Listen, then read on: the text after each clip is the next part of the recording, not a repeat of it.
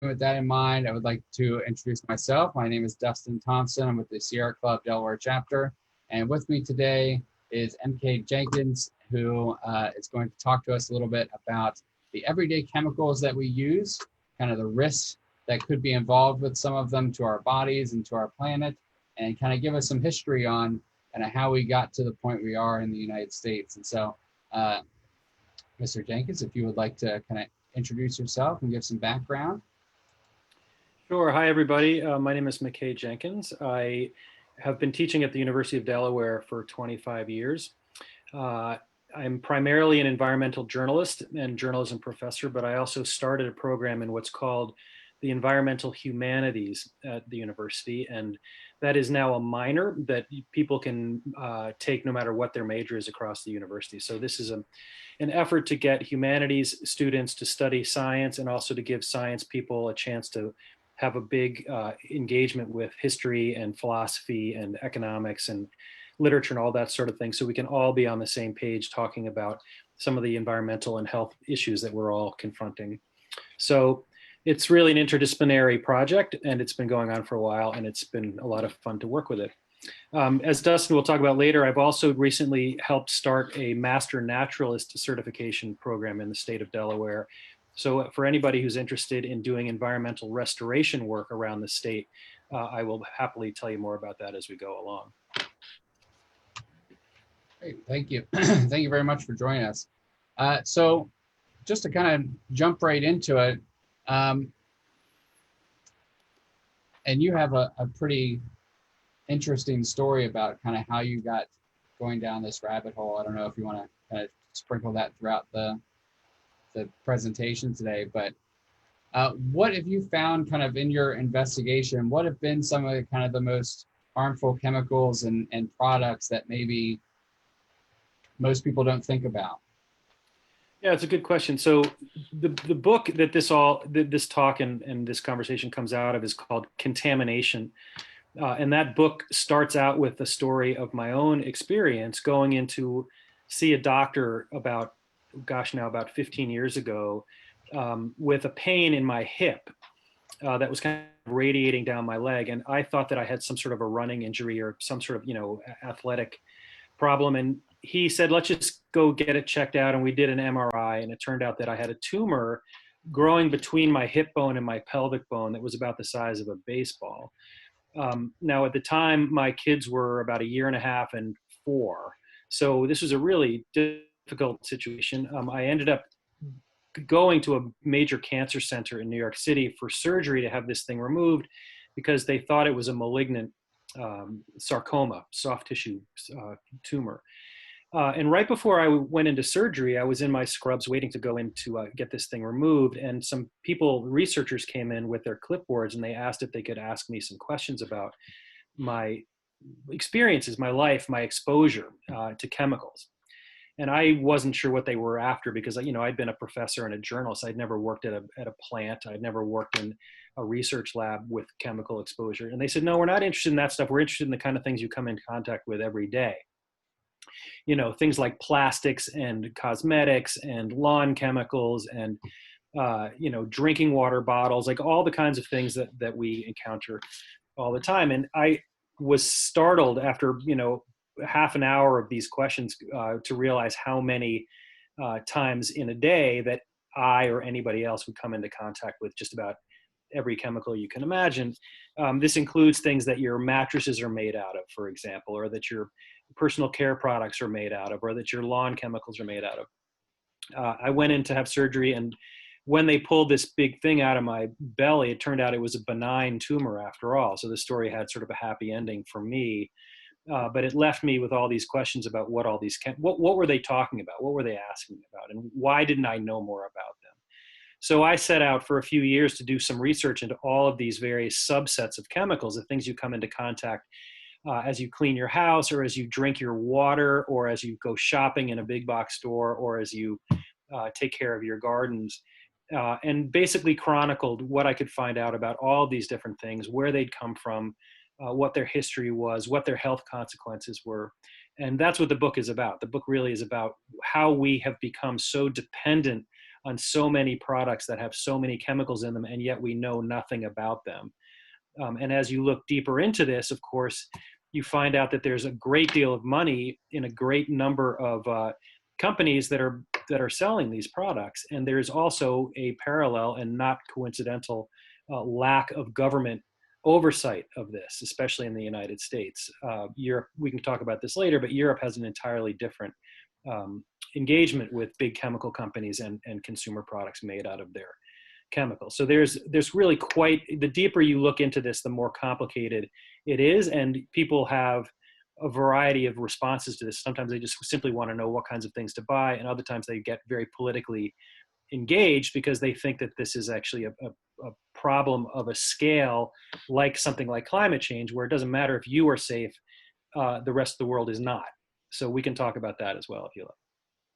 Yeah, so I think a lot of people kind of think about how, if they are chemically conscious, I guess if that's a term, where they think about what they're putting into their bodies, maybe part of the conversation is left out about, how do they interact with the world around us, though? And so kind of going off of that, how would you say some of these chemicals, or what have you found as you were doing your research in terms of impact on the planet and the environment? Yeah, I think this is a really important question. So there are kind of two ways to think about these chemicals. One is, what do they do to your body? And then the second is, what do they do to whatever is not your body? So the inside part of you and the outside part of you. So to answer the first part of that, in this book, I traveled around and interviewed people who had what are called body burden tests. So they would give samples of typically of your blood, your hair, and your urine to these laboratories, and they would test these parts of your body to see what kinds of these chemicals were showing up. So it turns out that, if you drink a lot of water out of plastic water bottles, the plastic in the bottle shows up in your body, and they can test for it. They can quantify it. It shows up in a visible way. If you have flame retardants in your fat cells in your body, for example, if you've been lying on a mattress treated with flame retardants, they can find that in your fat tissue, because it's a fat soluble chemical. So the people that I interviewed in this particular case happened to be from Maine, the state of Maine. And I purposely, as a journalist, you're often looking for cases that really exemplify a larger issue. So I would speak to people that lived in very rural parts of the state. I mean, these were not people that lived in big cities. So we're not talking about people getting, exposed to toxic fumes coming out of a factory. These are people that live in the middle of the woods. And yet they also had very large bodies. They found these chemicals in all kinds of bodies. So the question was, how does that happen? How does a young person, an organic food eater, a vegetarian, somebody who lives near the Canadian border in Maine, how do they get such a big burden of chemicals in their body? And the answer is because we all do. There's no way to escape this, because everything you come into contact is made with these chemicals. So that forms the basis of the first chapter of the book, is looking at people who've had these body burden tests done to see how common it is. If you go looking for 50 chemicals, you're going to find 48 of them in just about everybody's body. That was sort of the upshot of this, including people, as I said, who lived in very rural areas. So that's number one. So in other words, we are all exposed, and if they looked for it, they would find it in all of us. The second question is, where do these things show up in the environment? And that is another thing that's kind of disheartening, and actually more apparent now than when I wrote this book a few years ago, because, people are now beginning to be aware of, what is known as, for example, plastic pollution in the ocean. So, everybody who's ever been interested in the environment knows that the ocean is just completely clogged with all of this plastic. Now, that's the visible stuff. Like, you can see plastic bottles, or you can see plastic particles. But really what I'm talking about is not even visible stuff. It's the invisible stuff. It's the kind of things that like Rachel Carson would have been writing about, where, if you see a plastic bottle in a creek near your house, that's one kind of pollution. But you're not as worried about that as you are about DDT, if you're Rachel Carson, or, flame retardants if you're, a mother of small children. So the ambient, the environmental, the large scale ecological presence of these chemicals is again totally quantifiable. You can find it in the highest Andean mountains in South America. You can find it in the fat of a killer whale in the Arctic. You can find it in polar bear. You can find them in the bodies of animals all over the world. You can find them in the bodies of people all over the world.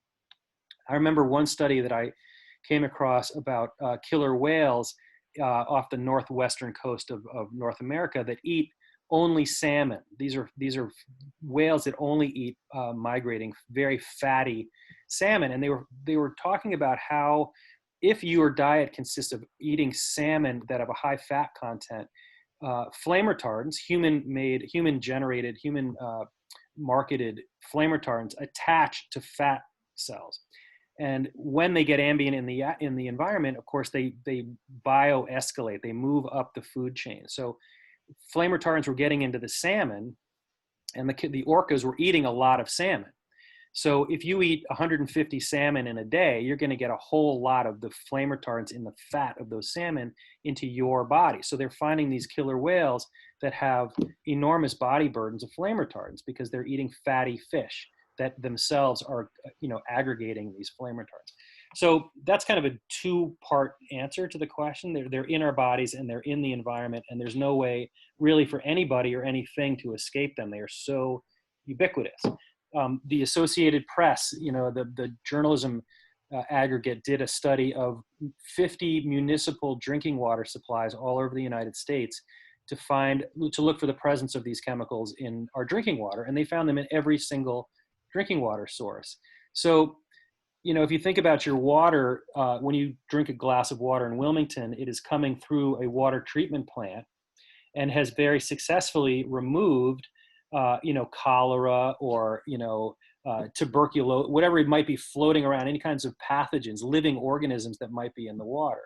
But those technologies are not able to take things out like, PCBs or, glyphosate, Roundup. If someone has used a garden chemical and it's now rained and it's in the river, that's going to come through the treatment plant through your tap because you can't kill it. Chlorine doesn't kill these petrochemicals. So our drinking water treatment technology has not kept up with our invention of these new problems. So that's a long answer to your question, but it is a complicated one. Yeah. So two questions then. One, in states that have kind of taken action, like California, in terms of labeling, did you happen to do any research there? Did you find that the numbers were maybe a little bit lower, if not, obviously probably not non-existent, but was there any statistical significance there? Yeah, that's a good question. So Dustin knows this, and I won't dwell on this, but after I wrote this book on these chemicals, I wrote a follow-up book called Food Fight about GMOs. And the two things are related because GMOs, are seeds that are used to create our industrial food system, but they are also very dependent on these petrochemical herbicides and insecticides.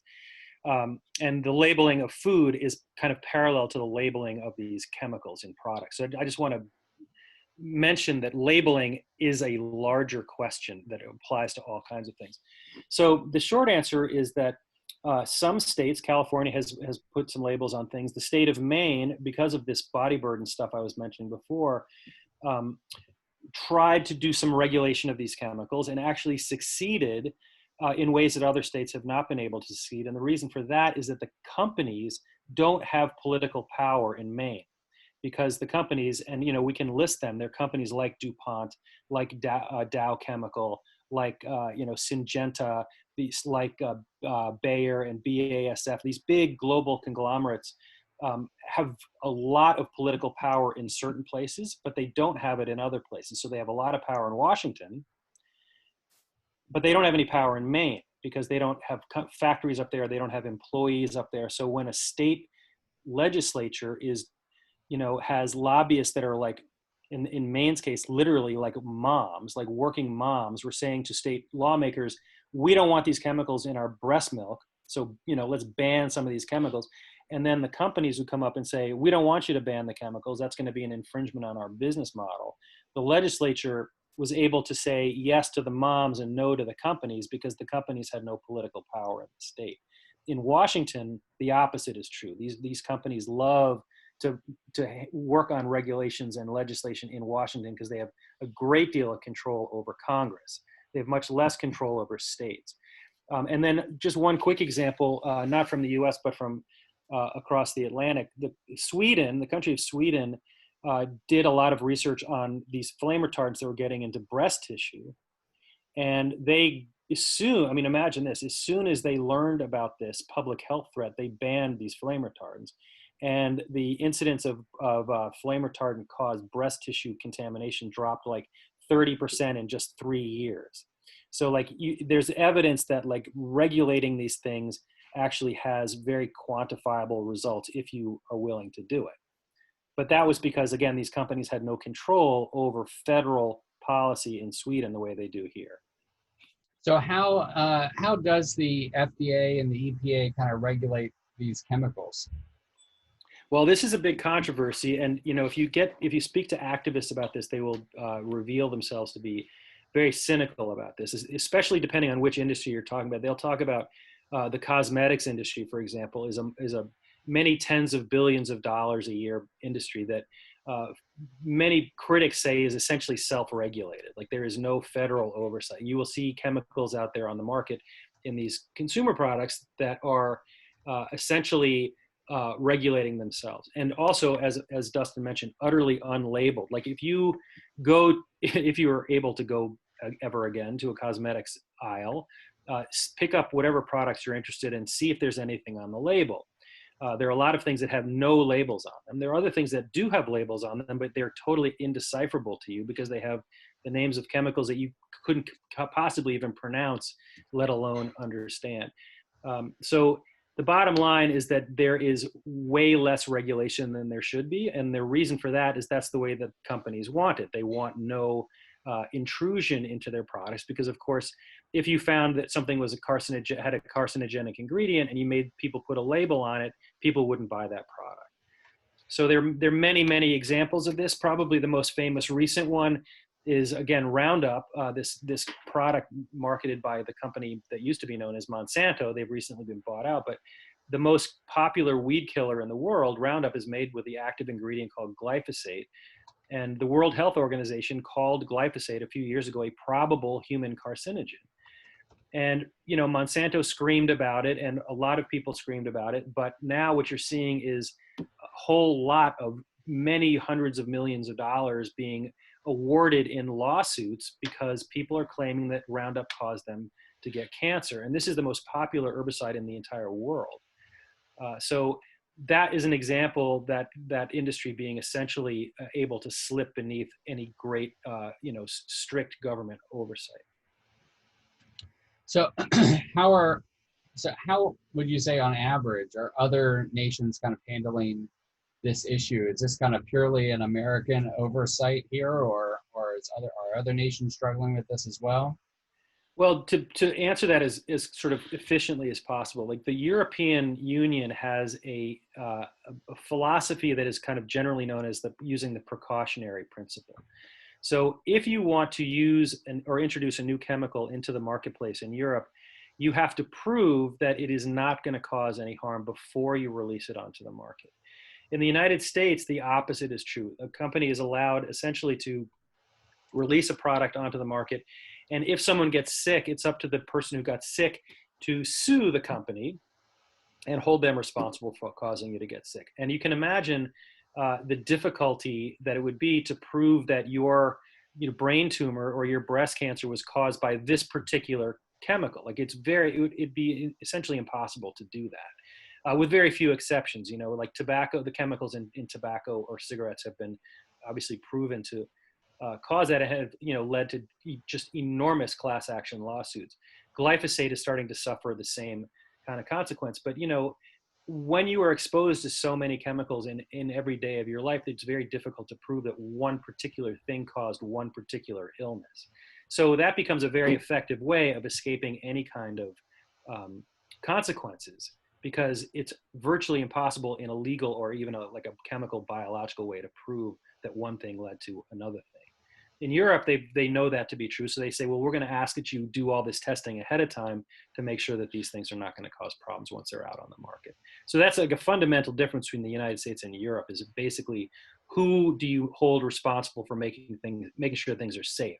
In Europe, the companies are made to be responsible. Here, it's the consumer. And it reminds me of the, for years, decades, the tobacco industry would say, look, you don't have to smoke. And if you smoke and get cancer, it's your fault. You, the smoker, it's your fault. It's not our fault for putting these products out on the market.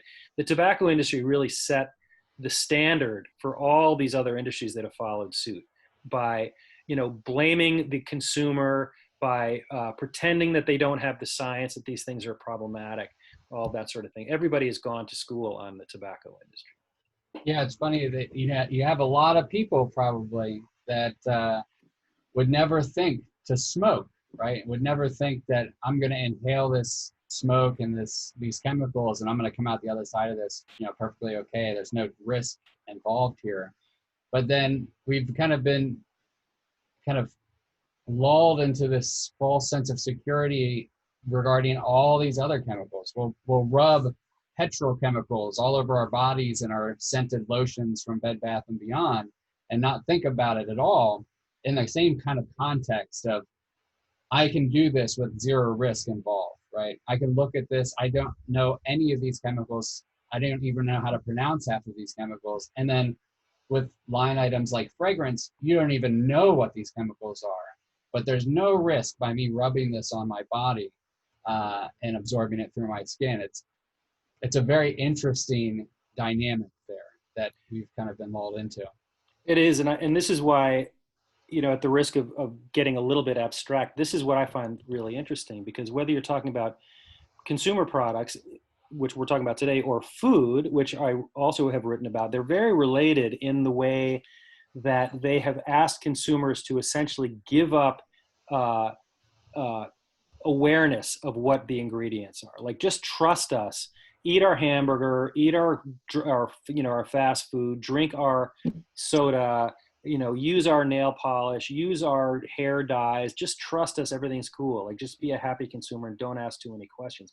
Like, we really, over the last 60 or 70 years, have gone all in on this consumer culture, and we have not asked enough questions about, or let's put it this way, we have, the manufacturing of all these things that we depend on has become so invisible to us that nobody even thinks to ask the question. Nowadays, even today, like in the food kind of environment, if you go to a farmer's market and talk to a farmer about the tomato or the piece of corn that you just bought, and they tell you exactly how it was grown, there's an actual level of face-to-face trust that you are giving to that farmer. If you buy, a Big Mac and bite into it, it may not occur to you that there's the meat of, hundreds of different cows in that one burger, and it may have been sitting there in a freezer for 6 months.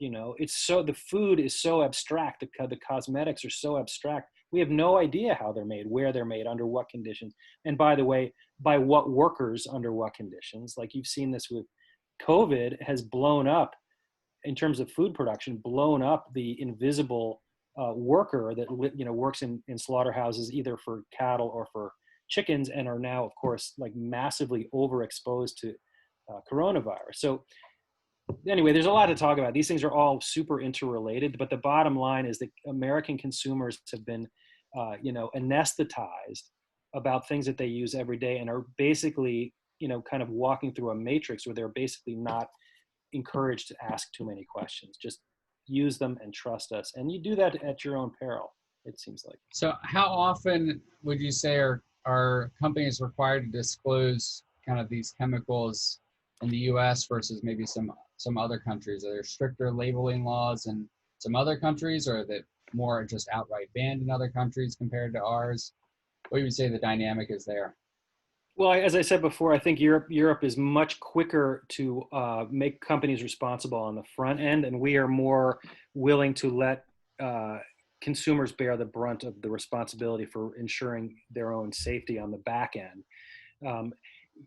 There has been very little evolution in federal laws about chemicals in 30 or 40 years. Like these laws back were, it's weird to give credit to Richard Nixon for environmental policy, but, he did start the EPA kind of against his will, but he did start the EPA in the early 70s. And, back then is when they were writing some laws about chemicals. They've essentially not been updated since then. And if you think about the evolution of our use of these chemicals since the 1970s, of course, it's exploded beyond anybody's imagination. So we're way behind in keeping up with the ubiquity of these products. That's kind of the bottom line. So as you were we got a couple audience questions that I want to get to real quick. So as you were doing your research here, how did the information that you kind of uncovered through your journey through this process kind of change your personal behavior? Good question. I mean, I guess I'd have to take it kind of category by category.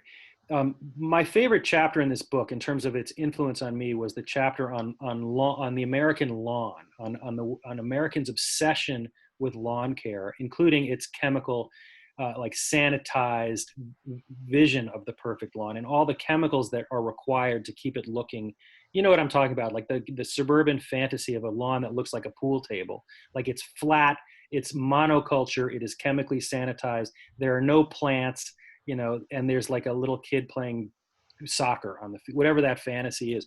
Like that is a surreal but very common fantasy, and it turns out it's a very chemically dependent one. So in that chapter, and many of you guys will know who I'm talking about, I spent a lot of time with Doug Tallamy, who's a colleague of mine at the university, who's a big native plant guru, and he goes off on what a lawn means ecologically. Like if you sanitize your lawn, you are essentially making it as ecologically barren as a parking lot. Like there's nothing that can live there, there's nothing that can eat there. So he was like, he's evangelical about giving up the chemicals, giving up the lawn, planting native plants, planting native trees. And that chapter and meeting and working closely with Doug Tallamy turned me around like nothing else.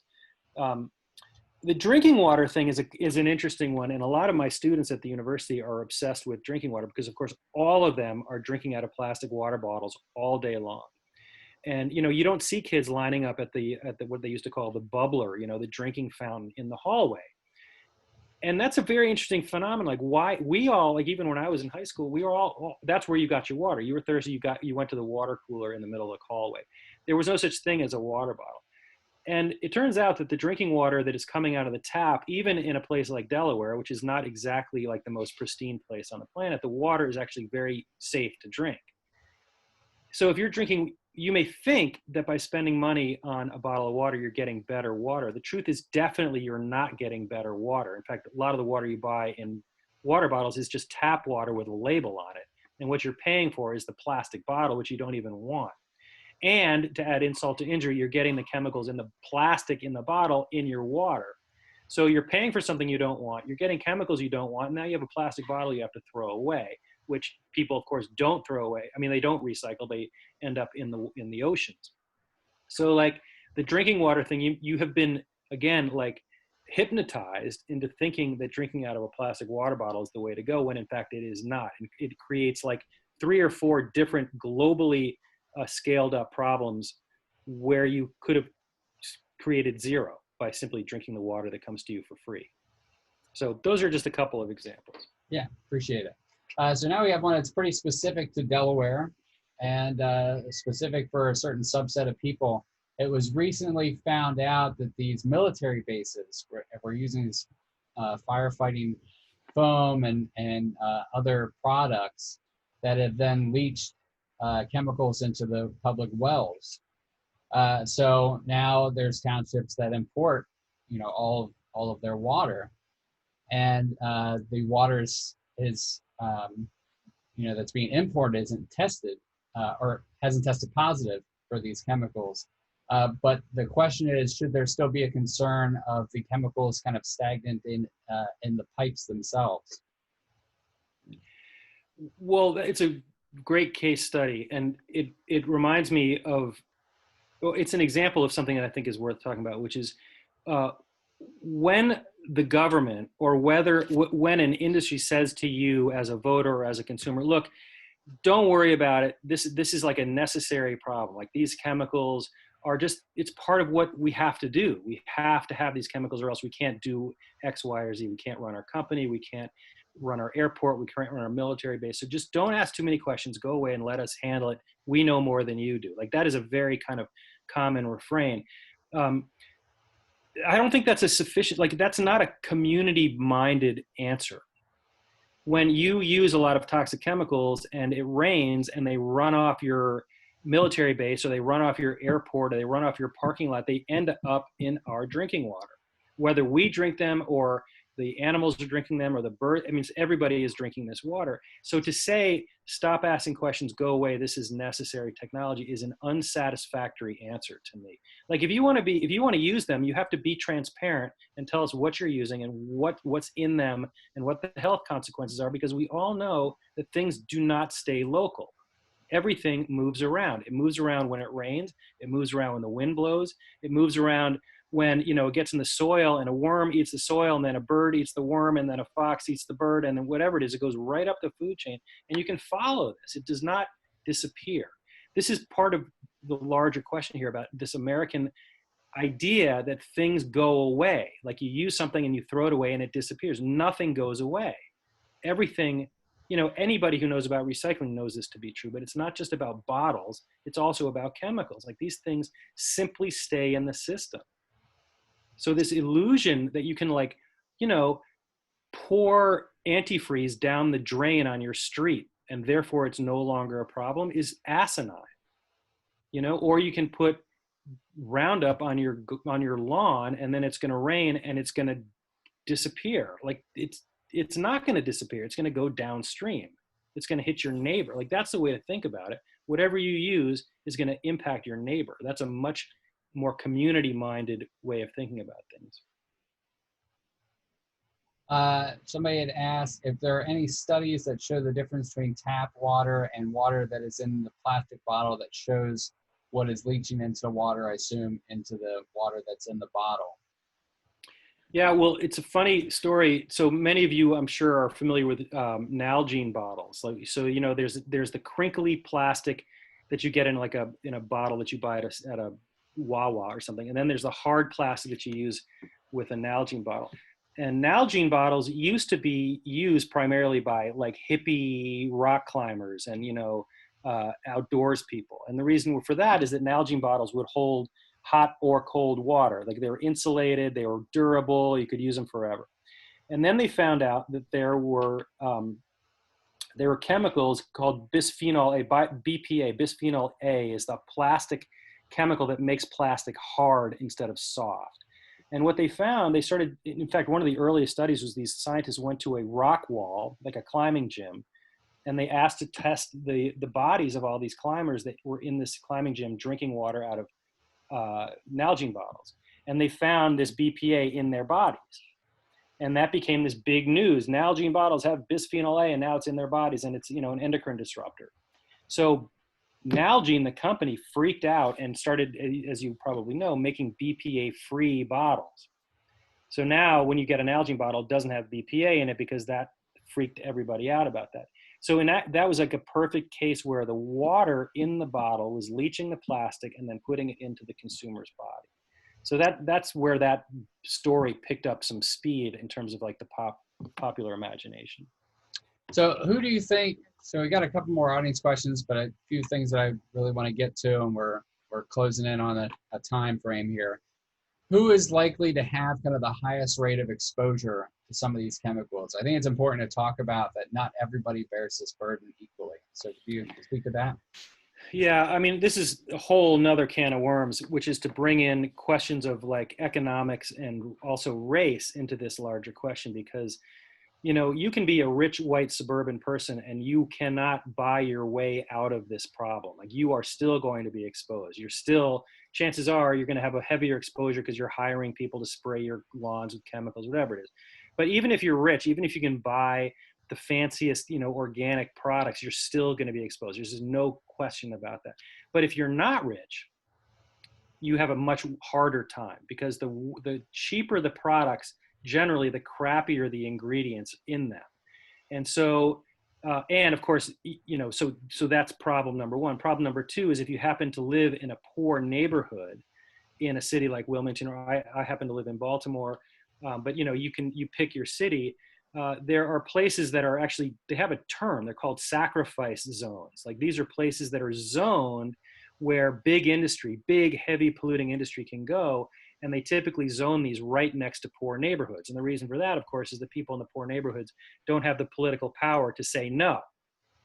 You never would put a big polluting plant right next to a rich white suburban neighborhood because the rich white suburban people would be able to force that not to happen. So if you are poor and if you're black or brown and you live in a city and these industries come in and you can't keep them out, you're not just getting exposed to these chemicals by consuming them, you're also breathing them in every day when you walk out of your house, or you're living next to a landfill, or you're living next to a dump of some kind. So yes, the poorer you are, the blacker you are, the browner you are, the worse it's going to be for you. Like that's been pretty well quantified. That said, you can be the richest, whitest person in the world. You're still going to be exposed in a much bigger way than you are aware. So how would you say individuals can kind of help at least reduce their exposure? Well, I feel like this question is kind of like the climate change question. Like what should an individual do to reduce climate change? Like you can drive an electric car and you can, turn your air conditioner down. That's all great. But that's not going to solve the global problem. Like there are ways you can consume your way out of this problem a little bit. Like you can buy, just one little tip, like anything that you buy that's a dairy product, you should definitely buy organic. Like it's really important. Like dairy products are fatty, right? They have animal fat, milk, cheese, whatever, yogurt. The fat vector, which goes from the animal to the animal product into your body, is a very rich one with toxic exposure. So buy organic food, period, right? That's a great thing to do. Buy organic food. That means no pesticides, no herbicides, no fat exposure. Get rid of lawn chemicals, get rid of the lawn care companies that use the lawn chemicals, replace your lawns with native plants. Like that's all really important as an individual. And as a community, just simply become more aware of this, talk more about this. If you ever have the opportunity to do political work, like get involved in trying to get this stuff regulated, show up at city council meetings, or, talk to your congressman, all that stuff. It's really important. Like I just testified in front of the Baltimore City Council yesterday about a forest bill trying to reforest the city. We're trying to bump the tree canopy up from 28% to 40% in Baltimore. Like those kinds of things, like become aware and then become more engaged and active, and then you'll have an impact beyond yourself. It's really not enough just to buy organic shampoo. Like that's just not the answer to this problem. Like the problem is much bigger than just you. That's my thing, is I really think it's important to have a much broader conversation. And speaking to Delaware policy, just to plug a minute, John Kowalko has repeatedly, Representative Kowalko, has repeatedly, filed legislation to, for example, to ban the flame retardants, which has been supported by fire companies and fire unions, and has still been pushed back very heavily by the American Chemical Council and legislators who, incidentally, have been received heavy donations from the American Chemical Council. So can I just say something about that real quick? So if you're interested, there's a film that you all should watch. It's a documentary called Merchants of Doubt. Merchants of Doubt is about how all these companies learn from the tobacco industry to basically destroy any science that gets in the way of their business model. And the flame retardant thing is front and center in that film, because when you mentioned, like, why would firefighters be against flame retardants? Like that doesn't seem to make any sense. But what firefighters have learned is these chemicals, especially when they start to burn, like if you have flame retardant mattresses in a burning building and they go in there, the firefighters are breathing the fumes that are caused from burning these mattresses with these chemicals. And they're getting these massive exposures to things that have been marketed as good. And yet the firefighters themselves are against this because the chemicals themselves are so toxic. And the reason we have flame retardants in the first place is because the tobacco industry refused to acknowledge that it was cigarettes that were causing house fires. right? People were falling asleep, smoking cigarettes and lighting their houses on fire. And the tobacco companies realized that if you ban cigarettes, they would go out of business. So they said it's not the cigarettes problem, it's the upholstery and it's the mattresses and it's your children's pajamas. So you should come up with a way to push flame retardants into all those products. And that's why we have flame retardants, because the tobacco industry deflected, investigations into their causing of house fires. Yeah, so I want to get to one more question, and then I'd like you to speak a little bit on this course that we've talked about a couple times that I think people should know about. So the question comes from Facebook, actually. How do you think companies will work to regain consumer confidence and move forward after studies have come out that their chemicals in their products are carcinogenic? This person was specifically thinking about the recent studies on the active ingredients in sunscreen. Well, that's a very powerful question. And, we don't have enough time to get into this, but that kind of question makes you realize what an imperfect capitalist economy we live in. Because in a perfect capitalist economy, if a company came up with a product that was safe to use and they were able to market it as such, they would grab a big chunk of the market. Right? This is like when organic food first came out, it was really expensive and people were like, oh, only yuppies can buy organic food. But then organic food became so self-evidently beneficial that people started buying it, even if it was expensive. And organic food, the entire industry was growing 20% a year for year after year after year after year. And now organic food is cheap and everywhere. And that's because organic food producers were able to get a piece of the market and convince the consumer that this was a beneficial thing. The problem is that so much power and money is held by these big corporations that they can blow away any of these little upstart companies.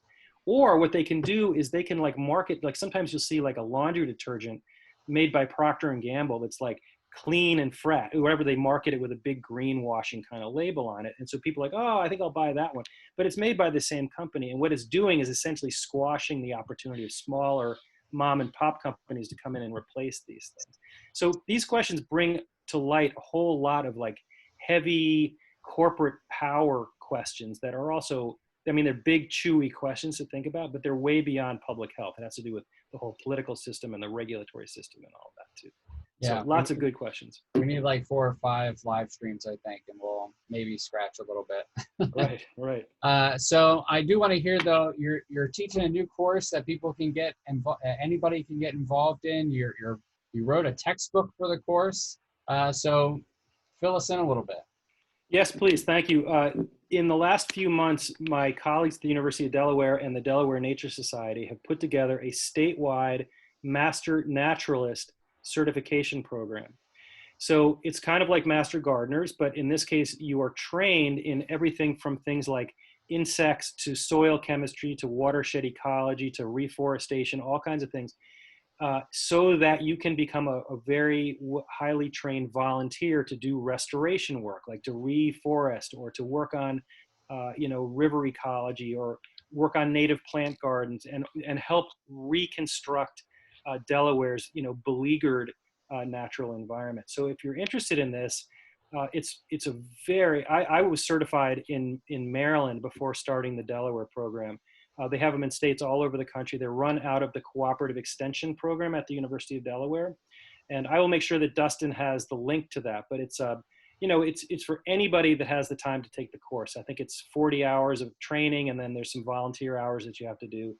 But you can work in White Clay Creek, you can work at on the shore, you can work at Delaware Nature Society, you can work in any little park, any little neighborhood group that you're interested in. So we're hoping to train several hundred people a year in becoming environmental restoration volunteers all around the state. So I hope you'll check it out. Great. Yeah. So we're going to have links to that when we post this video on our live stream page. If you haven't checked out our live stream page, please check it out.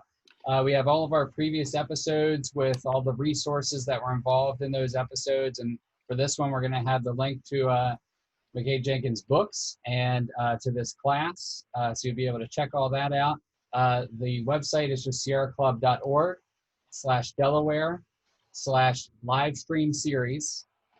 And that live stream series is separated by the little dash. If you go to our website, under outings, there's a drop-down menu, and you'll see the live stream series there. So that's sierraclub.org/Delaware. You can kind of explore and get to the page there as well. I really want to thank you. So speaking of invasive species and native ecology and the collapse thereof, we will have Senator Stephanie Hansen and Jim White from Delaware Nature Society speaking with us in September on that very issue. Next week, we have Angie Bivens coming from Energize Delaware and Franklin Energy to talk about how we can save on our electricity bills while helping save the planet with energy efficiency and solar programming in Delaware. So I hope you will all join us for that and check out all the good info on recycling and native species and all that on our website. Thank you again so much, Mr. Jenkins, for joining us. Really appreciate it. Thank you, guys. Thanks for listening. Talk to you later.